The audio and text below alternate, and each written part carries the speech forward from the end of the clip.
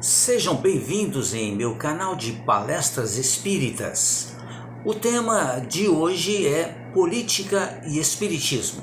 Agradeço a todos vocês que têm assistido aos meus vídeos, feito comentários, sugerido temas também e se inscrito aqui em meu canal. Agradeço a Deus pela feliz oportunidade. Haverá alguma relação entre espiritismo e política? Visto que nós estamos vivendo o ano de 2022, nesse ano nós teremos importantíssimas eleições para presidente da República, é a principal delas. Então, espiritismo e política. O espírita, qual é o papel do espírita perante a política? Sobre o aspecto filosófico, o espiritismo tem a ver, e muito, com a política, já que a política deve ser a arte de administrar a sociedade de forma justa, correta, sem corrupção, equilibrada. Consequentemente, o espírita não pode declinar de sua cidadania e deve vivenciá-la de forma consciente e responsável, sempre. O Brasil sempre foi alvo de muitas esperanças. Falava-se em país do futuro, em berço da nova civilização, e nos meios espíritas sempre falamos de Brasil, coração do mundo, pátria do Evangelho. Mas e aí? Chegou esse momento, passou, perdemos essa oportunidade? O grande problema é que os brasileiros nem sempre demonstraram grande empenho para alcançar concretamente esses títulos.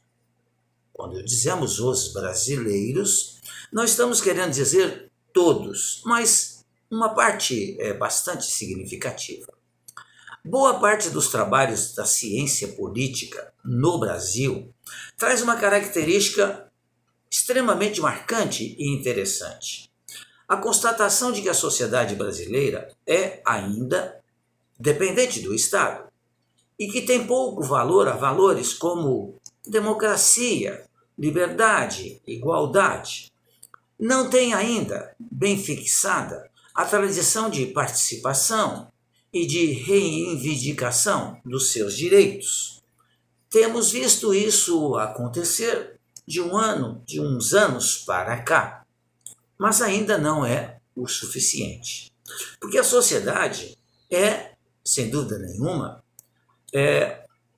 uma das maiores responsáveis pelos males que a atingem, visto que os políticos que nos governam, eles saem do meio da sociedade. Eles não vêm magicamente de outros lugares, vêm do meio da sociedade. Eles são frutos da sociedade. São colocados nos lugares eletivos através da eleição, através do voto.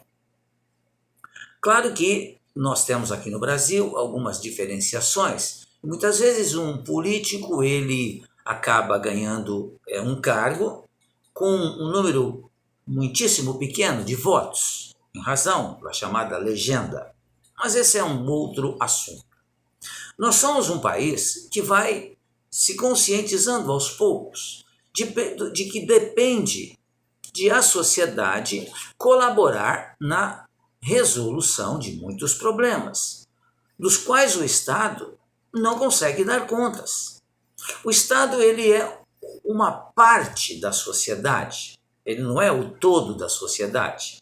Portanto, o cidadão ele tem muita responsabilidade também. O Brasil só vai poder dizer-se pátria do Evangelho quando der os primeiros passos na construção de uma sociedade realmente justa, democrática, fraterna, mais equilibrada. Quando, enfim, nós, os brasileiros, olharmos para a sociedade e percebermos que fazemos parte dela.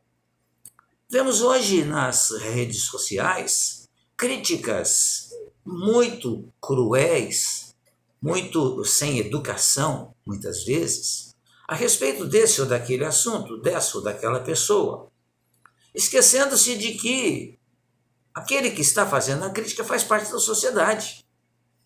Porque se ele está vendo algo errado que está acontecendo, mas ele não pode, em razão de que certas características de uma sociedade democrática, governada democraticamente, ele tem pouco poder, mas ele pode fazer na parte dele, que é cuidar, por exemplo, do seu lixo, do seu quintal, da sua calçada, da sua árvore, cuidar para que ele seja mais responsável no trânsito, enfim. Nós temos muitas coisas que podemos fazer que ajude a sociedade a melhorar. Se uma pessoa está sofrendo em um determinado local, todos sofrem, pois os problemas da pessoa acabam nos atingindo, de uma maneira ou de outra, seja por meio da violência ou dos mecanismos econômicos mais complexos. E o que tem a ver o espiritismo com isso? Ora, o espírita, primeiro, ele é um cidadão inserido na sociedade. Estamos falando do Brasil. Nós reencarnamos no Brasil por razões de necessidade. Por isso nós aqui estamos. Outros espíritos se reencarnaram em outros países por necessidades individual de cada um. O espírita, ele tem em suas mãos instrumentos valiosos de participação e de transformação da sociedade. Os centros espíritas, por exemplo, onde nós aprendemos que somos espíritos imortais e que nessa presente reencarnação estamos vivendo mais uma etapa de nossa vida espiritual, de espíritos imortais, e que tudo isso pelo qual nós passamos presentemente está se transformando, vai mudar, vai acabar. Esse mundo que ora vivemos, ele vai acabar. Não que vai haver uma destruição do planeta, mas vai haver uma transformação moral. Então, haverá um outro mundo dentro desse mesmo mundo. Ainda mais, o espírita tem que se conscientizar, como todos têm que se conscientizar, que o cargo político ele é temporal. E nos foi colocado nas mãos para ajudar a sociedade como um todo, sempre. Esse é o papel de um verdadeiro cidadão, de um verdadeiro político. Nós espíritas aprendemos, moralmente falando, dentro do centro espírita, situações como essa. O espírita, diante da certeza da continuidade da vida, pode perfeitamente auxiliar na mudança da mentalidade das pessoas. Tenho feito, melhor dizendo, aqui em meu canal do YouTube, um trabalho em que trazemos informações que aprendemos com a doutrina espírita, mas acima de tudo, trazemos sempre em cada uma das palavras esperança, otimismo, fé, confiança de que Deus vela por nós, mas que nós temos que fazer o papel que nos cabe. Nós sabemos que Allan Kardec recomendou aos centros espíritas que deixassem de lado as questões políticas. Mas essa afirmação significa que não devemos trazer para o centro espírita as campanhas e militâncias partidárias, pois o lugar para o exercício da militância política é no seio das agremiações e locais respectivos de política, somente de política. No centro espírita, aprendemos os aspectos morais da política, inclusive, mas não devemos trazer para dentro do centro espírita discussões que sejam políticas, partidárias. Assim, jamais o espiritismo como doutrina e o movimento espírita como prática poderão dar guarida a um partido político em seu seio, como, por exemplo, a criação de um partido social espírita ou um partido espírita cristão. Não, isso o espiritismo não vai certamente dar guarida, não vai concordar com isso. As questões políticas decorrem dos próprios princípios do Espiritismo. A partir do momento em que se fala em reforma moral, em mudança de visão no mundo, em desapego dos bens materiais, da prática da caridade, fala-se em política. Porque a política é a prática realmente de ajudar na transformação da sociedade, de um indivíduo com poderes na mão, trabalhar no sentido de modificar a sociedade para melhor.